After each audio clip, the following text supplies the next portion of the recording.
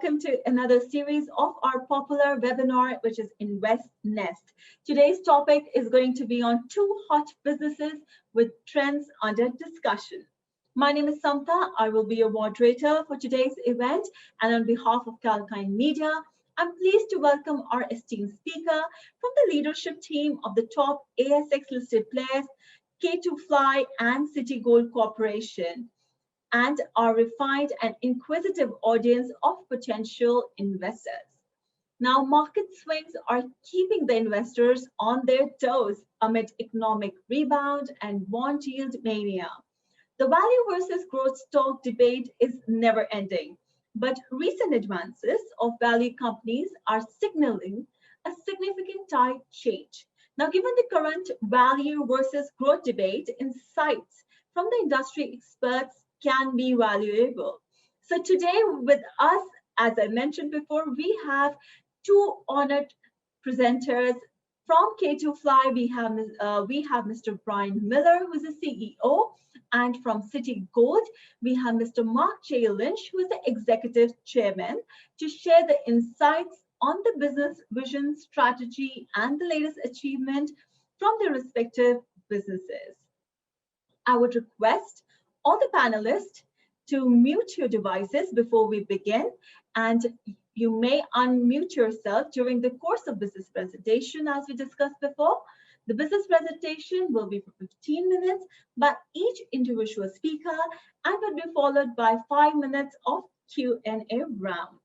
Now, webinar attendees can get their answers, like we mentioned before, straight from the business leaders. All you have to do is you need to post in your questions in the Q&A chat box during the webinar.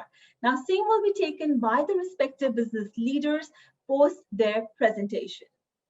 But before we start the session, let me inform you that this webinar is for informational purpose only, and it is not a solicitation or recommendation to buy, sell, or hold the stocks of the company or the companies, or engage in any investment activity under discussion. We are neither licensed nor qualified to provide investment advice through this platform. So now, let's begin with our first speaker, Mr. Brian Miller, who is the CEO of K2fly. Now, K2fly is a new type of global software company that delivers enterprise-wide technical assurance software solutions. Mr. Miller is a 30-year veteran of IT sector, primarily in the software and services arena, and has an extensive network and experience with the mobility in asset and intensive sector. Mr. Miller was a founding member of the Institute of Asset Management in the UK and has influenced the development of initial BS 5750 standard for asset management within the UK energy sector. He has worked with various UK industry regulators like energy, water, rail, with board directorship with UK and Australian IT companies. Welcome to InvestNest, Mr. Miller. Please share your business presentation deck and take over the virtual stage. Thank you very much. And hello, everybody. I'm sitting in Perth in Western Australia, and I'm here to talk to you about K2fly, the company that I'm the CEO of. But arguably more importantly, I'm here to talk to you about 2 themes, something known as software as a service, or SaaS, which is a way in which we sell our IP, our intellectual property, to big clients. And we're also here to talk about ESG, which is environment, social and governance. They're 2 big themes we're going to talk about today. Okay, I've only got 8 slides to go through, so I'll go through at pace, ladies and gentlemen. Just a very quick corporate background. We've got a market cap of anywhere between 35 and 45 million. Obviously, the share price goes up every day. We've got something like 112 million shares out there on issue. Our biggest shareholder is CSBP, which are a wholly owned subsidiary of Wesfarmers. They own 10% of us. The other 90% is owned by directors and management of K2fly and about 1,200 retail investors. You can see last year the invoices raised We're a bit over $6 million. Obviously, I'm not in the position to be doing forecasts in such an event, but I think if you followed our 3 quarters to date, it would be pretty clear we will be exceeding that number.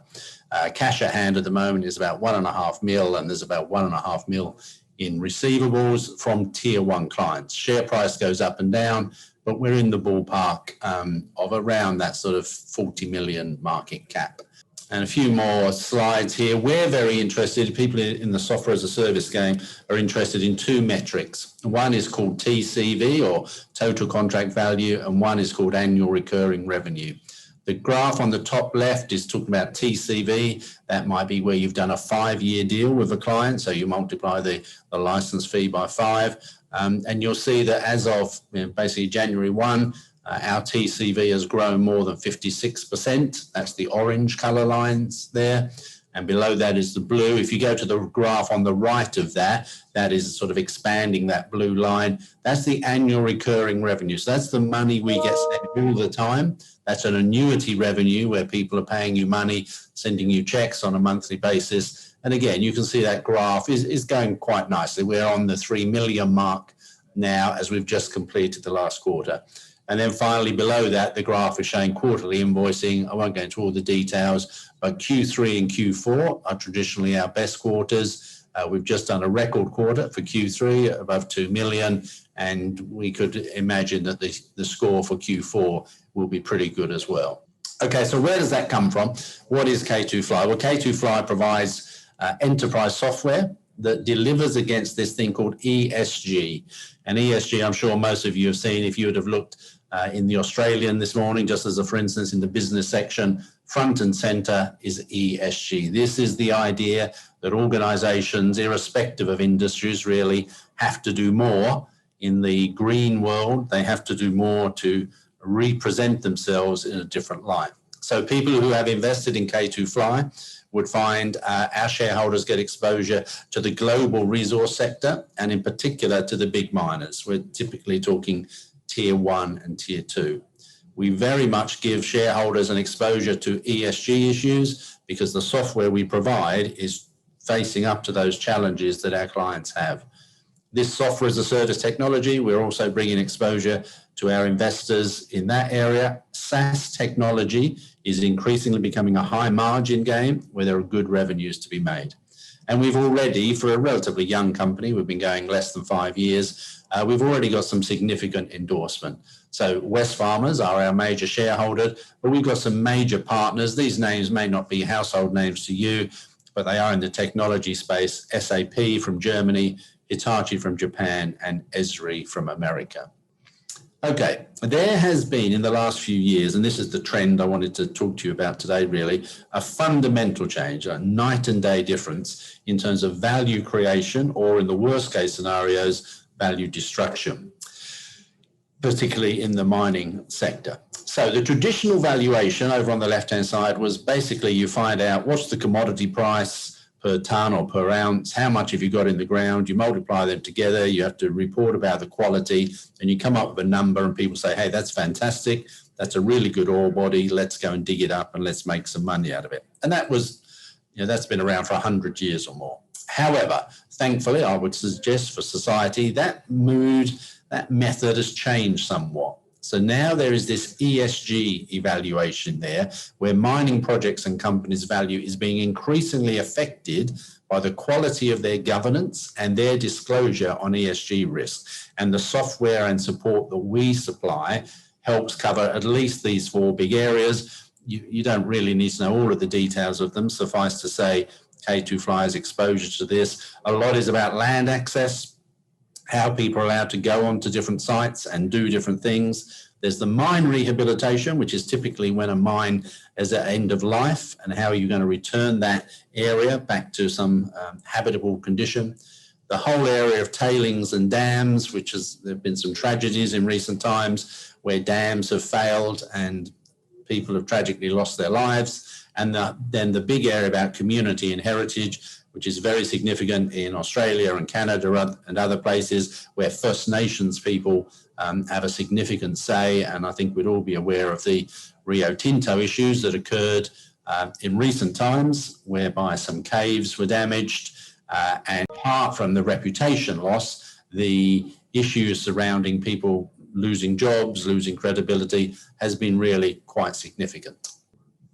Okay, so the good thing about K2fly is we and our solutions, our intellectual property, are addressing these industry challenges. The reporting and governance, every company is faced with the same reporting and governance challenges with an ever-increasing ESG scrutiny from multiple stakeholders. So even organisations such as Roy Hill, a major mine here in Western Australia, it isn't publicly listed, so it doesn't have the same regulations in terms of reporting to the stock exchange.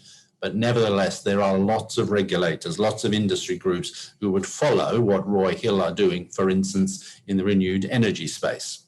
Reputation. The ESG reputation of the mining industry has been poor. Let's be honest, it's been further tarnished by some recent disasters in terms of cultural heritage destruction and tailings dam failures, which had a catastrophic loss of life. So this is real stuff we're talking about here, very significant. And really, thankfully, K2fly has chosen this to be an area where we specialise.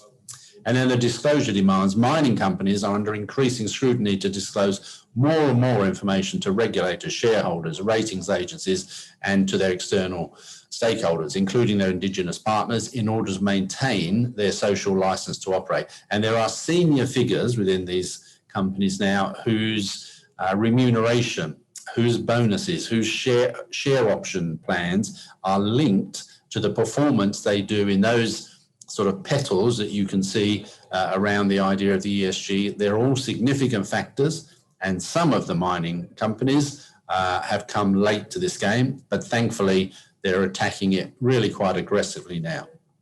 So what are the global changes, global drivers of change?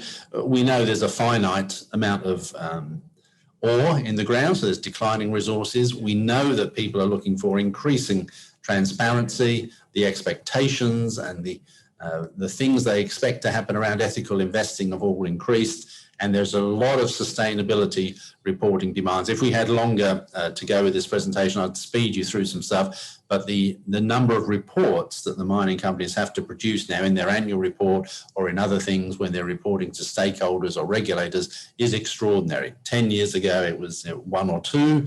Now it's in the many dozens.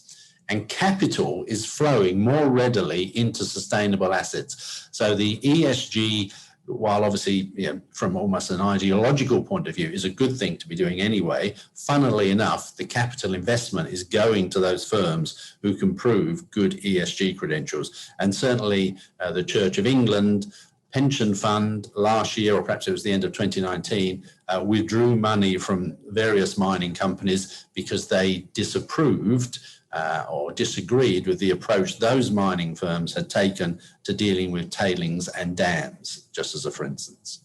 Okay, where do we sit in all of this, K2fly? We're pretty well positioned. We are a micro cap, obviously. We're not a huge company. We've got some 70 odd staff.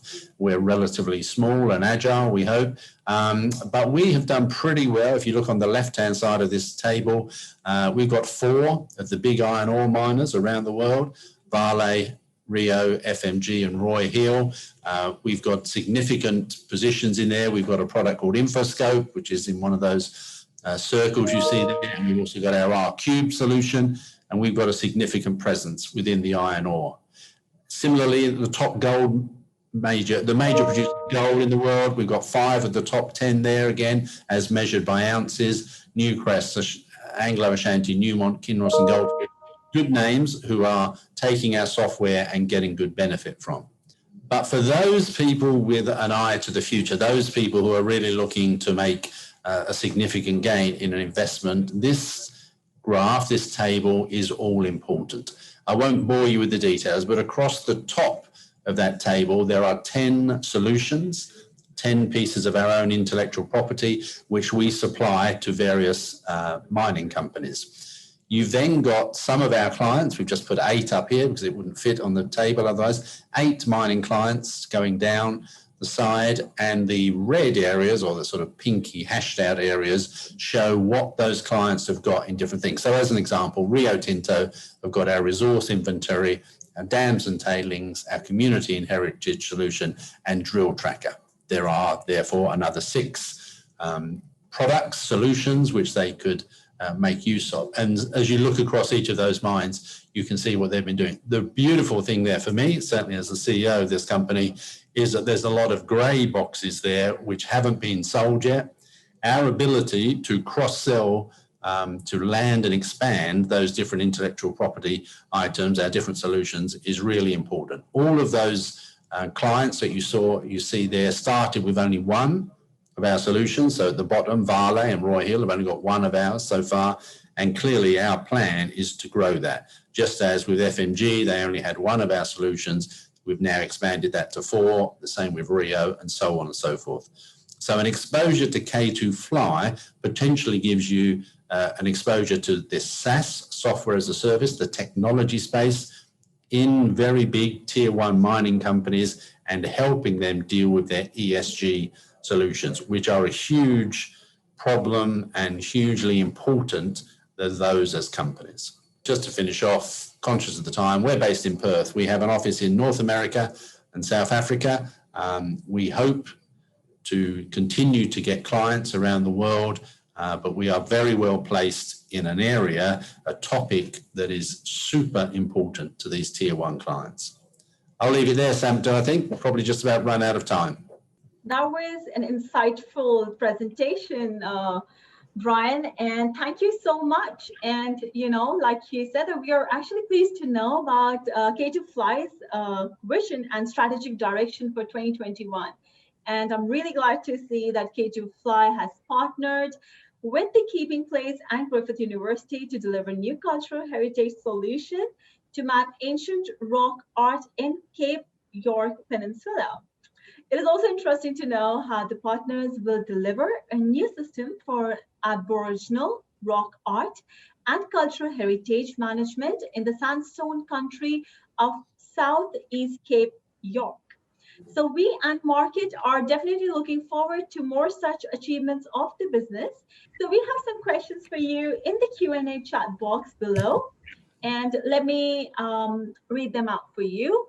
Okay. So Ray is asking that, can we expect new solutions added to the K2fly suite anytime soon? And how is the company progressing on this front? Yeah, it's a really important question. Yes, we are. We are investing heavily. When our 4C comes out at the end of April, people will get a sense of how much we've invested in developing new products. The good thing about K2fly, I've been in this industry a long time, the good thing about K2fly is we're developing new products which are there because clients are asking us, have you got something in your kit bag that will sort out this problem? In the bad old days, you'd have a good idea, you'd go off, you'd spend millions of dollars building something only to find that customers weren't interested. So we are investing significantly, and more about that in a few weeks' time, to build new product, but it's new product whereby one or more of our clients have said, hey, have you got something that would satisfy this demand? And the answer pretty soon will be, yes, we have. So, yeah, very good question. Thank you.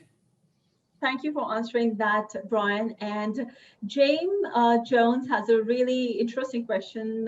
They're asking that, has the Sativa acquisition helped K2fly to expand its offering? The Sativa one, absolutely has. We've done, again, some really nice work. Obviously, until a contract is signed or a purchase order is received, nothing is definite, but I would be relatively confident that we've done some really good work with Sativa. We've worked with them in some of our clients, which weren't clients of Sativa, and they have some new markets available to them now based upon that. And I think there will be some very significant announcements in due course. Thank you for answering that, Brian. We'll just take up the last question. It's by Henry. Henry is asking that if you could share some insights on K2fly's new partnership with Griffith University and the Keeping Place for a new cultural heritage solution. Yeah, okay. So from a commercial point of view, that's not a contract that's going to make us millions and millions of dollars. It's not that type of thing. But in terms of us helping Indigenous groups to support the work they're doing to maintain and enhance cultural heritage. It's super important. It's very important. We want to be part of a solution that is dealing with ESG considerations, and that's us sort of putting our money where our mouth is to some extent. We're doing work with them. We're giving them a solution which will be world class, and it will help to preserve some world class artifacts, and that's really important going forwards. Well, I see there are a lot of questions for you, Brian. So let's just take one more question, and I think let's take Julia's question. So Julia is asking that you have signed a couple of long-term R-Cube deals, for example, Alcoa US and Core Mining. Could you please elaborate on these? Yeah, so it's frankly, they won't be the only ones. The R-Cube solution is really important for helping mining companies report back to the various stock exchanges, depending on where they're domiciled and who they report to, and giving them really accurate pictures of what's actually happening out at the coalface, no pun intended. But what's the idea there is that in America, the New York Stock Exchange has changed the rules and is going to be tougher in terms of what people are reporting. And that's wonderful, because that then brings people to our door asking for demonstrations of our commercial off-the-shelf solution, which is called R-Cubed, because they know that if they can't prove to a higher level of detail that they have solutions which guarantee the numbers they're producing to the stock market, they will get fined. They will get fined by the regulator. And we're in a really strong position because of some work we've done already with the likes of Alcoa and Coeur. So yeah, we're very well placed to help those organizations. Perfect. Thank you so much, Brian, for answering all the questions. For all the other attendees whose questions have not been answered as of now, we will try and take them up towards the end of the webinar. Thank you so much for such an insightful presentation, and thank you for being with us and answering so patiently. So now let's introduce our next speaker on board today, who is Mr. Mark J. Lynch. He's the Executive Chairman of Gold Player Citigold Corporation. Now, Mr. Lynch is currently a fellow of Australian Institute of Company Directors and a member of their Middle East Advisory Committee. He has previously been a director of the peak body Queensland Resources Council. His international experience includes innovation, focus venturing deep underground into numerous mines and civil projects around the world to understand firsthand the diversity of underground challenges and opportunities. Welcome to InvestNest, Mr. Mark Lynch. And so please go ahead with your business presentation. The stage is all yours. Thank you very much, Samta. And I'm looking forward to spending 10 to 15 minutes with your audience. I'm with Citigold Corporation, and our sole product is gold. And we've explored and defined a very large gold deposit in North Queensland. So first I'll just take you through a little brief profile. We're an ASX listed company. We have about 2.7 billion shares on issue. That's a fair few. The top 5 shareholders hold about 30% of the company.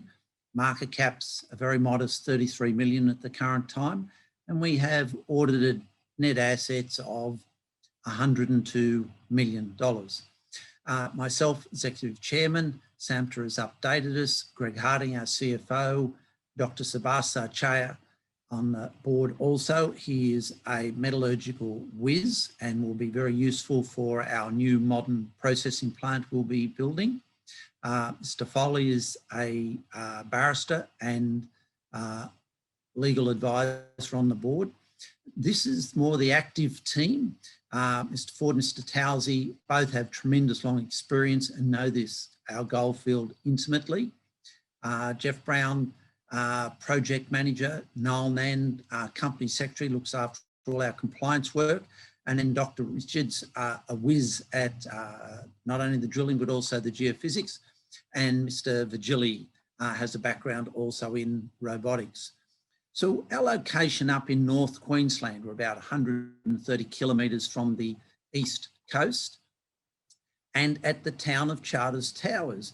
So one of the things being in a town of Charters means there's a great symbiotic relationship, and I'll take us through more of that as we go forward. So we've invested substantial funds at Charters Towers. In December 2020, upgraded our gold resources, and now they're reaching just on 14 million ounces of contained gold at Charters.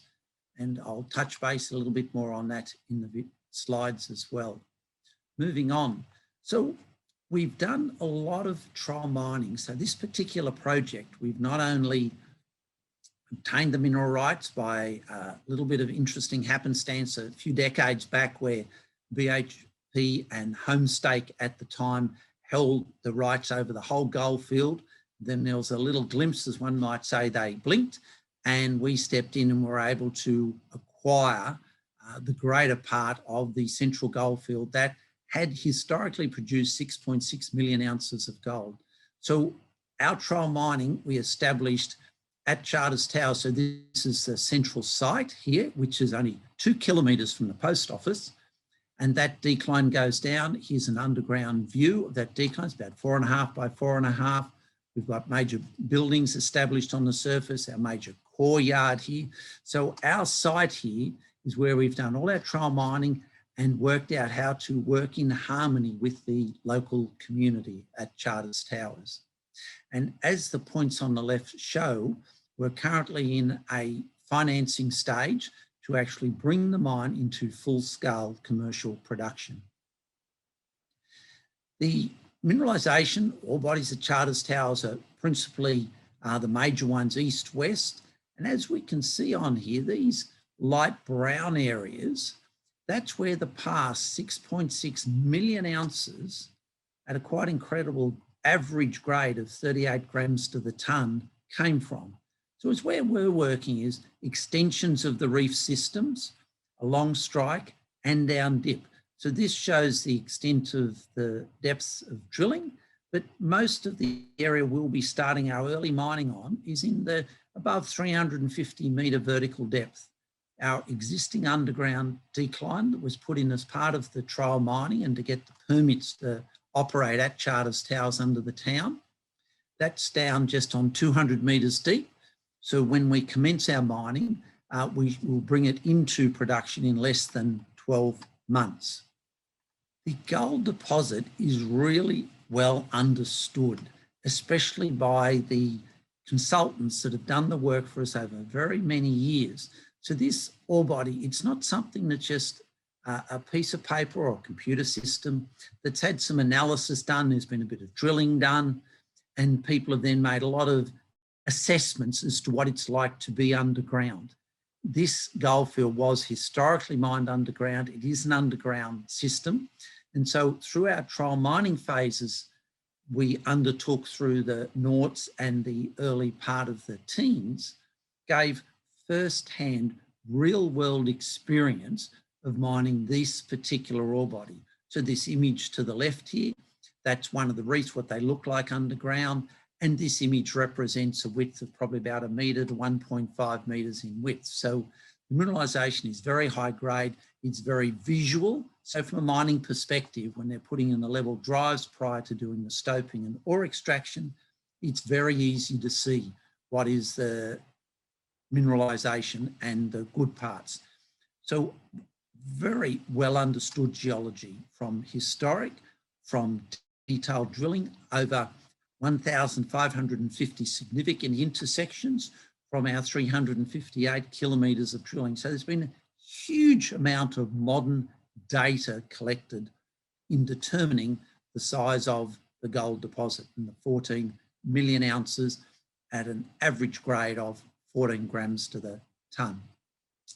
And all this technical information on the actual deposit is in the 2020 Mineral Resources and Ore Reserves report that was put out in December of 2020.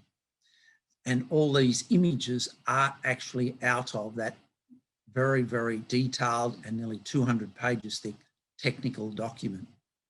So it's an orogenic source, and it sounds like a bit of a big weird word, but essentially it just means that the mineralisation has come up from great depth. It's not been folded or faulted. It's flowed up and it is the same style of origin of mineralisation in gold as is the case at the giant Kalkine goldfield in Western Australia. So we are not exploring, wandering around Queensland looking for a deposit. We have a deposit. We spent a lot of years to define the deposit, to then undertake trial mining because it's in a town. So we were effectively leaders in items that were recently spoken about to do with ESG, because we've been in a community. We had to genuinely earn their trust and understanding of us and also our mining methods, and that all their concerns and interests would be brought into account. This image on the left, which again is another piece of mineralisation from actually sampled by us underground. And as you can see there, the grades vary a lot. So the horizontal line is how they're actually sampled underground. And then the diagonal line shows what that means as in a true width at right angles to the ore body, 2 metres at 75 grams to the tonne. So their historic grades averaged at over 1 ounce to the tonne. They did mine 2 ounces to the tonne. So the mineralisation then and today is unchanged. Our infrastructure at Charters Towers is quite extensive. So while we have about 175 square kilometres, it's fair to say that the really, really valuable part is probably about 20 square kilometres in size. So on this image at the top, should be the top right of your screen, shows that the township here, our mine just on the edge of the town, and this is the area where all the past production came from, was out of this very area here. So as we can see, they've got, housing, schools, grid electricity, state highway, seal roads. So it's one of the rare mines where we actually have bitumen roads to the door. And when people are working for us, so the town's about 8,500 people, a wonderful community, that they go to work and it takes them a few minutes to get to work. It's not some remote site. So you tend to get a really good quality of people. It's not just the young guys wanting the big bucks and chasing them. It's people that have their families. So they come and work in the mine and they go home every day, just like you would if you're working in the CBD of a city. The water that is contained in the old mines, we recycle that where our process plant's going to be. We did have an old process plant that we sold off a few years ago, and now we're going to build a really modern 2021 processing plant that will have no cyanide.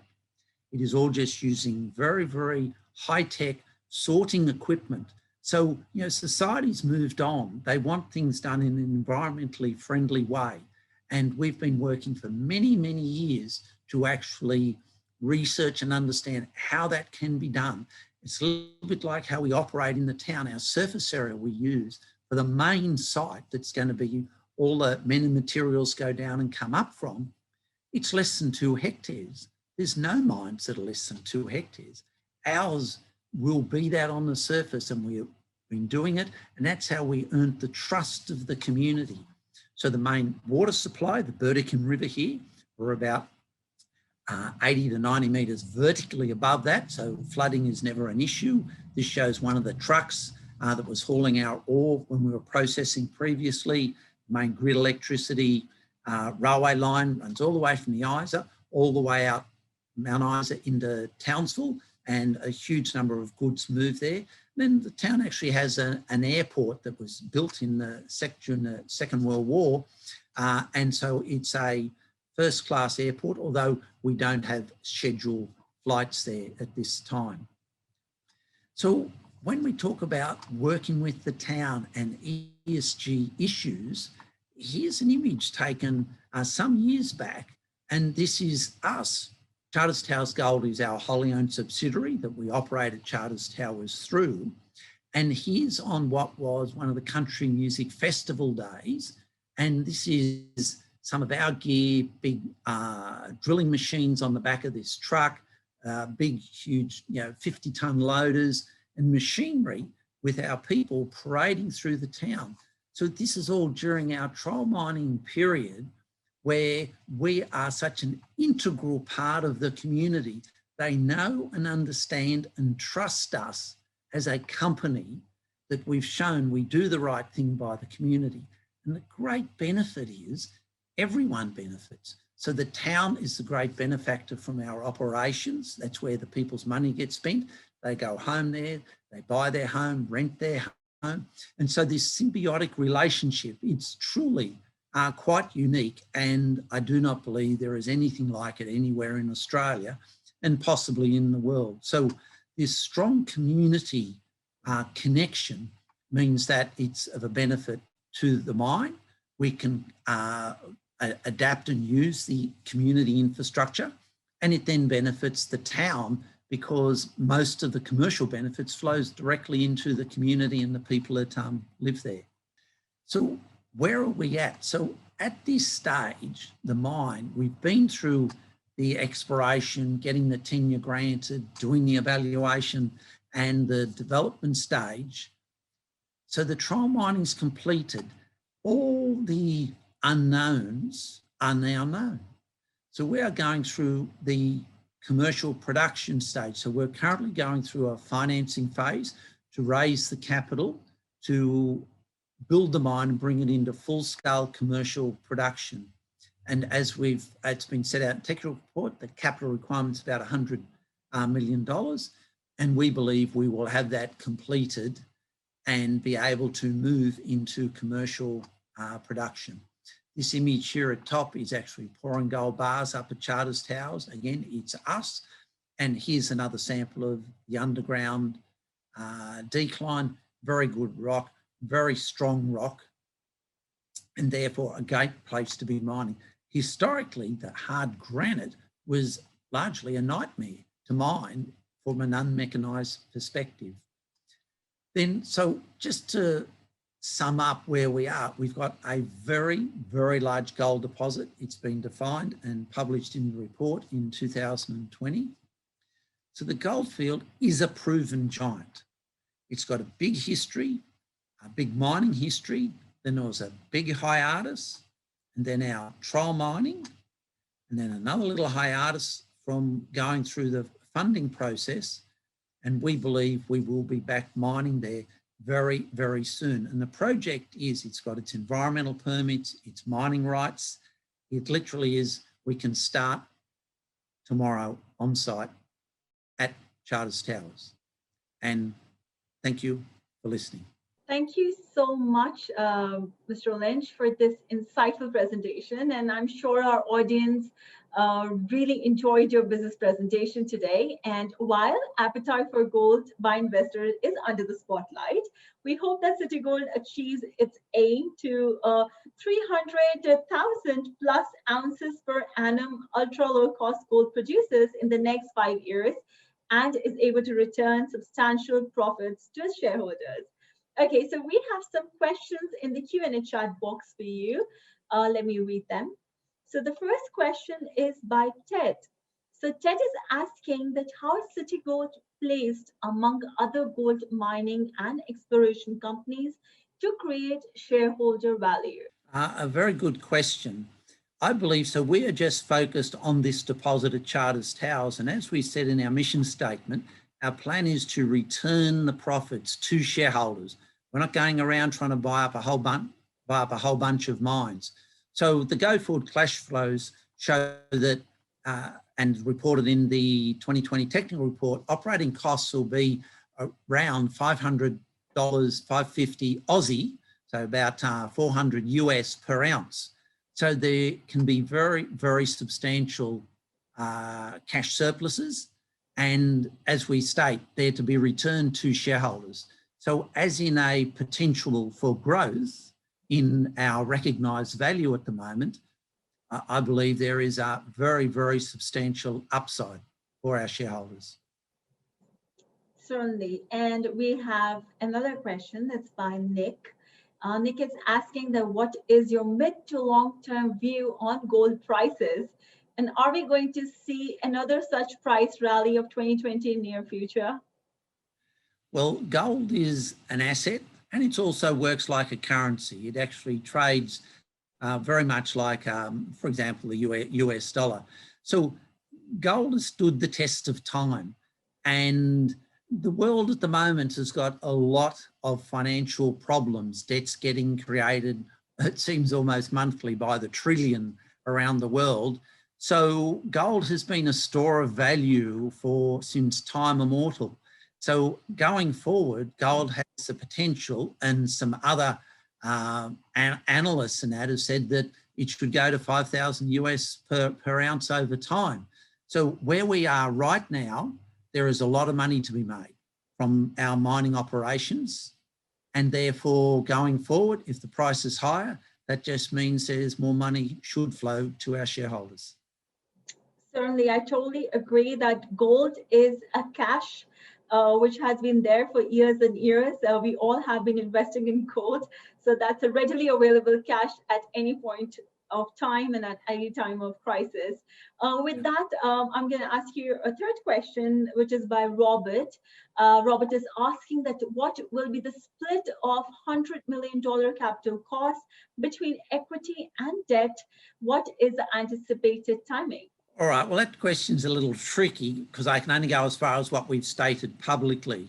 So we've not stated publicly that any component of the money will be raised from equity, and therefore the main avenues that we would have been looking at is joint ventures, where a party comes in, we share the asset, and they bring the money to complete the development, or a loan, which means that as Citigold shareholders get to retain 100%, potentially 100% of the asset, or through a forward sale of gold. So it's been done where gold can be forward sold, and we've done a tiny little bit of this in the past just to test it, so that we give a discount and then they get their gold delivered over the next 2 to 3 years. Or it can be a combination of any one of those or three. So I personally believe as a shareholder that the greatest benefit is to do the funding through joint venture, forward sale of gold and or loan, and therefore that gate gives the greatest benefit to our shareholder base going forward. Certainly. And with that, that brings us to the end of the Q&A session right now. But we have some more questions that we will be addressing. And please stay with us. But before that, thank you so much, Mr. Lynch, for reflecting upon the business stance and vision of Citigold. And audience, we hope you enjoyed this Q&A session. And I hope you found it insightful. Mr. Mark has been really patient with answering your questions in detail, and I'm sure you are happy with it. We will be taking some questions right now, but if you want, you can even write to us at info@kalkinemedia.com if you have any other specific question that you may not want to post in here, but you want to ask from our speakers directly, okay? And we will get them answered by our speakers post the event, and we will have them mailed back to you. So thank you, Mr. Lynch, once again. Thank you. I would request both of you to please share a few takeaway notes for our audience on how you see your respective businesses progressing amid the overall market charter and sectorial trends. We'll start with you, Mr. Brian Miller. Thanks very much, Samta. Yeah, I mean, obviously guessing what's going to happen in the stock markets is a dangerous game. But as far as what K2fly can control, we know we have some 20 to 25 major clients. We know that most of those have only so far taken a small proportion of our intellectual property that we have on offer. The other pieces which they haven't taken are typically being used in other clients. So we're very comfortable that we know they work.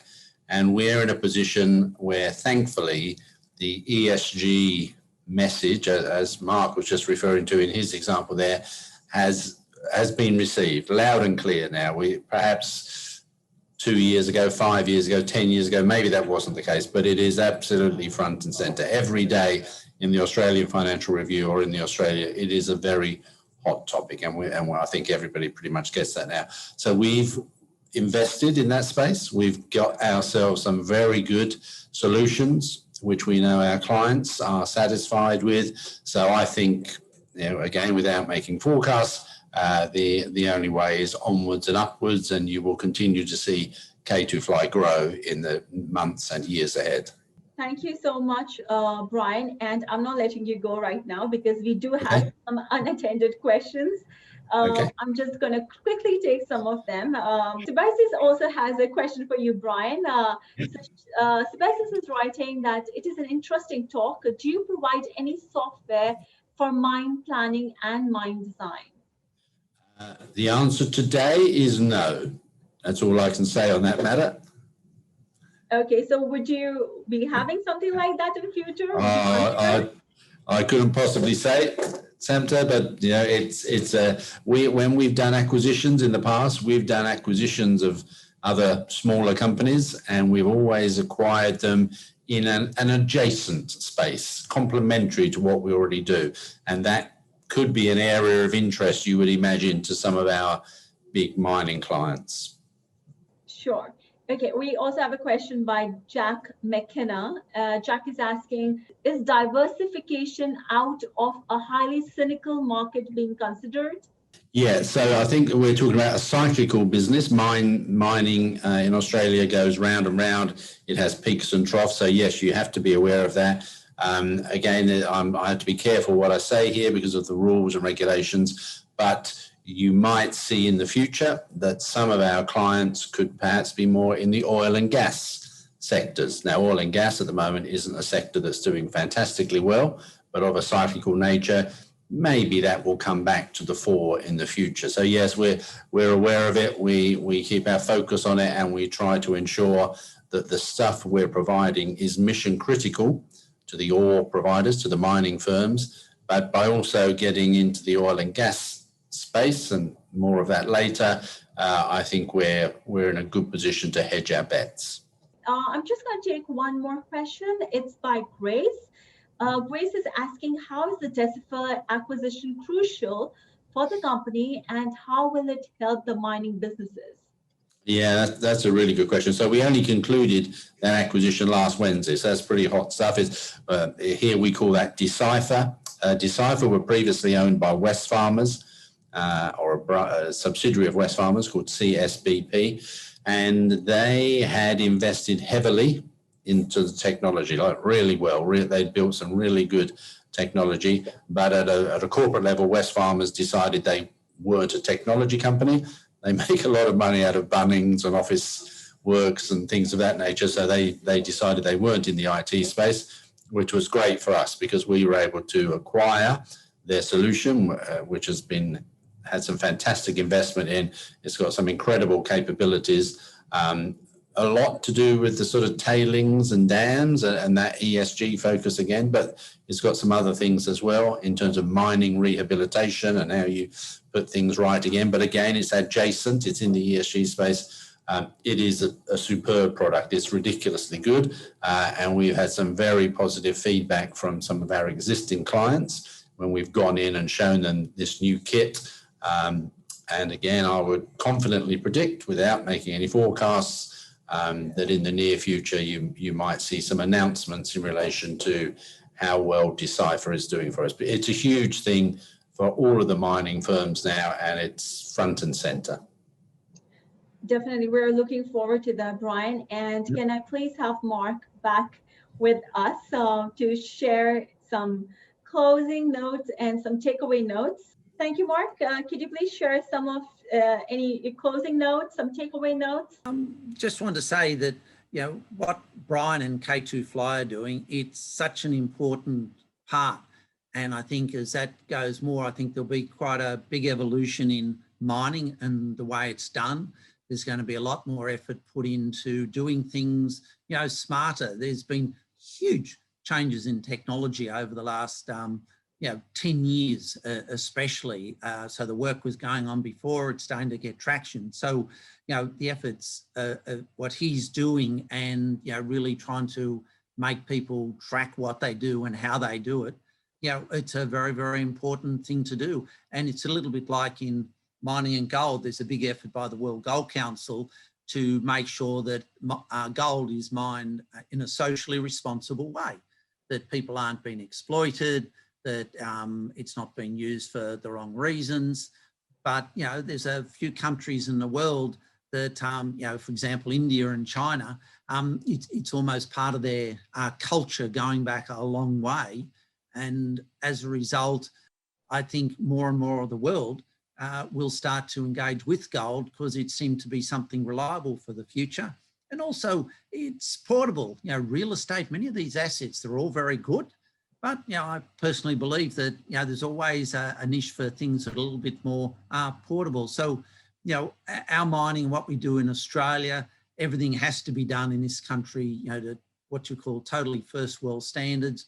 We're very, very highly regulated, whether it's on the corporate side, the mining side, or the health and safety side and the environment side. So people, getting involved in mining in Australia know that it's, they can have a lot of confidence in it, and the likes of what, Brian and K2 are doing just further ensures and makes it known to people as to, it's a great place to be mining in.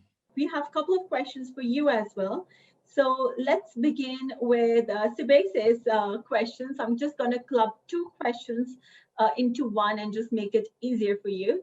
So Sibases is saying that it is a very insightful talk about Citigold. And the first part of the question is that how are you planning for innovation in your mine site? While the second part of the question is that how quickly Citigold will produce 300,000 ounces of gold per annum? All right, both good questions. So we've been researching for on and off the last 10 years. And that's what I've mentioned, part people can see on my profile. I've travelled to just about every country and I've been down so many mines in the world just to really understand what everyone else is doing. And in looking at, especially in the civil game, they're doing some really interesting things that's not done in mining that we can bring in. So we really want to be a smart mine, and we've got a stated goal of going to fully autonomous mining over time. So the project I mentioned, it takes about a year from once the fundings are in place to bring it into production. And under our business model, we've got this 5-year time span to get to that 300,000 ounces a year of production. But a lot of that was originally set when the gold price was, under $1,000 US. So it's highly likely that because we're going to internally spin off a hell of a lot more cash than what was originally budgeted for, with the increased prices, that we're likely to see a move into that scale of production a lot quicker. So the work we've got to do, we've got a very modern processing plant we want to build, and then it's just a matter of the time it takes to put the tunnels in underground and get sufficient tunnels so that we can extract the tonnages and bring them to the surface for processing. So yeah, we want to engage the two, is be a very, very, internally we've sometimes said that we want to be a technology company going mining rather than a mining company trying to engage with tech. And that's what's really brought about a huge change in our thinking about going about things. In other words, you look at, what do we want to do? We want to break this rock. We want to get it to the surface. We want to then reduce it. We want to then get the valuable gold out of it. How would we go about that if we, rather than just thinking about how everyone else goes about it, how might we go about it? And that's where we've come up with this very small footprint, no tailings dam approach to mining, and that all our surplus products, all the rock we bring up, it's planned to have another use. So we want to see the repurposing of all the materials we use back into some other part of the local community or the broader state community. So yeah, we spent a lot of years and a lot of thought so that this can happen, and it could be, maybe it'll be the world's first full 360 recyclable mine of everything that's input is used to a productive output, rather than leaving waste piles around all over the world to be dealt with at a future stage. So Robert has actually a really interesting question. So Robert is asking that in the last updates, the company has mentioned the sample number 74 and its significant gold, silver, and base metal potential. So what could be inferred from these assay results? Yes, certainly an interesting question. So what is the Charters Towers? For probably the last 20 years. A lot of the work we've been doing, it's all been based around what we knew at the time, where the outcrops of the reefs were, the drilling we'd done. And so you tend to keep looking deeper and deeper into what you already know. So it's what it was said in 2020, we're starting to do an exploration program. It'd almost call that if you knew nothing, what would you go and do to find out what's there? So, and on this very basic exploration program is what it's turned up is the potential for additional reefs out in front of those that we know currently exist, due to where the samples were picked up and where the known outcrops are. And the second thing is a completely different style of mineralisation, which is quite close to, relatively close to the Warrior gold deposit, but they're a little bit more as a base metal genesis style of mineralisation. So Charters Towers, we've really never looked for that. So it's interesting when you get back to basics sometimes and you start looking with a fresh set of eyes, you data comes up, think, hey, there's even more things there than we imagined. So we will be looking to do another, further programs, and then so have that running along in parallel to, shall we say, a mining program. And it could be quite interesting what ultimately turns up. Okay, there are a lot of questions. Let me take up this last one question for you and for all our audience's questions we have been unable to answer. We will try and send you the answers over email, and we will try and have them answered from our speakers. Okay, so Mark, just one last final question is by Mark. Mark says, the recently concluded sampling program indicates gold mineralization towards the north of Charters Towers. How significant is the potential for gold in this area given, and how CTO plans to pursue the opportunity in the underexplored areas? Right, well, I can only talk about what we've publicly said in some part of our large volumes of data we've published over time. So the reefs at Charters Towers, that was a crustal scale mineralisation event. So there was this huge compression of the granite that took place, and it failed on multi-kilometre deep fractures. So it's not folding, faulting or shearing. So it was just the failing of the granite, a bit like granite, about 50% silica, so it broke as a brittle object would. So where the old mining is where people tend to keep looking further for. But as we said, with this fresh program to the north, so the reefs at Charters Towers are sub-parallel reefs.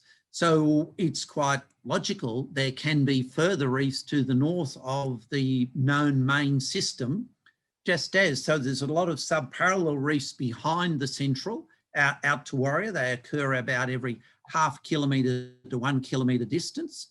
So looking out in front of what was believed to be the northern boundary of the reefs, it's very realistic and in keeping with the actual method that the mineralisation was formed. So at the moment, it would be we need to do another pass of exploration, again, very, very basic level, to gain additional data around the areas that have shown to be interesting.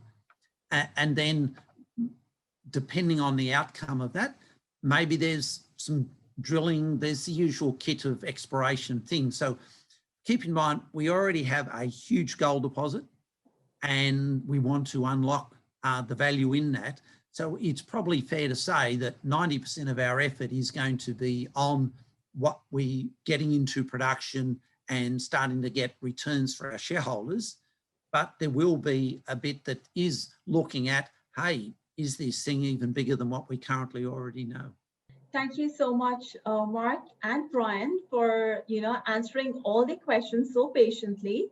And and it was wonderful that both of you had shared your insights on the business prospects with our attendees amid this broader industrial perspective. And on behalf of Kalkine Media, I would like to extend my gratitude towards you for addressing our audience with such meaningful insights and answering their questions and queries, like I said, with so much of patience and great analysis. I would also like to thank our wonderful audience for attending this webinar. I hope that you found this session informative, and for all the attendees who have posted their questions to us and we have been unable to answer them, we will have them answered by our speakers and have them mailed to you. In the meantime, what you can also do is you can also email your queries and questions to us at info@kalkinemedia.com. Okay, so with this, it brings us towards the end of our webinar session. And for dwelling further into equity market updates, like we always say, audience, all you have to do is visit our media website, which is kalkinemedia.com. Speakers, you may stay abreast with market moves, stock updates, and economic transactions with Kalkine Media. Also do visit our equity research website, which is kalkine.com. Stay tuned with Kalkine for the upcoming Invest Nest webinar series again later this month. And I hope to see you all once again. We are very active on our social media. So stay connected with us on Facebook, Twitter, YouTube, and Instagram. If you have any queries, please email us at info@kalkinemedia.com. And with that, thank you so much, Brian and Mark. We wish you all the best for your future endeavors. And I hope to see you once again with more of our webinars which are coming in. Thank you so much for your presence. Thanks, Samta. Thank you very much, Samta. And thank you to Kalkine and your audience that's taken time out of their day for us. Thank you. Thank you so much, Mark. Thanks, Brian. Thank you very much. Thank you all. Have a good day.